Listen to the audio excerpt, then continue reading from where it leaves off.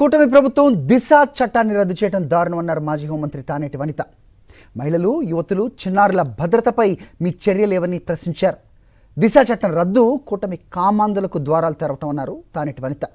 చట్టాలను రద్దు చేసి మహిళలకు ఎలా రక్షణ కల్పిస్తారని ప్రశ్నించారు ఆమె. వైఎస్ఆర్సీపీ అధికారంలోకి వచ్చాక మళ్ళీ దిశ చట్టం తెస్తామన్నారు మాజీ హోంమంత్రి తానేటి వనిత.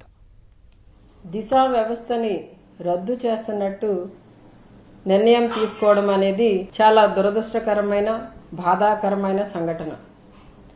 ఎందుకంటే దిశ వ్యవస్థ వలన ఆంధ్ర రాష్ట్రంలో జగనన్న ప్రభుత్వంలో ఎంతో మంది మహిళలు, చిన్నారులు రక్షింపబడడం మనం చూసాం.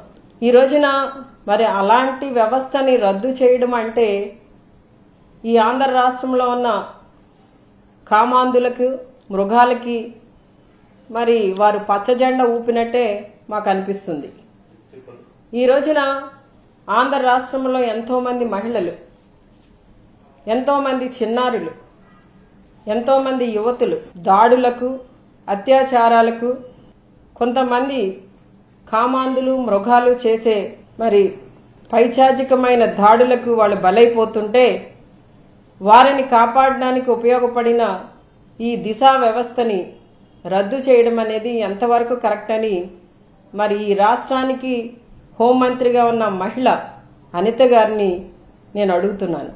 ఈ రోజున ఈ దిశ వ్యవస్థలని రద్దు చేయడాన్ని మహిళా లోకమంతా కూడా మూకమ్మడిగా మరి వ్యతిరేకిస్తుందని మీకు తెలియజేస్తున్నాను.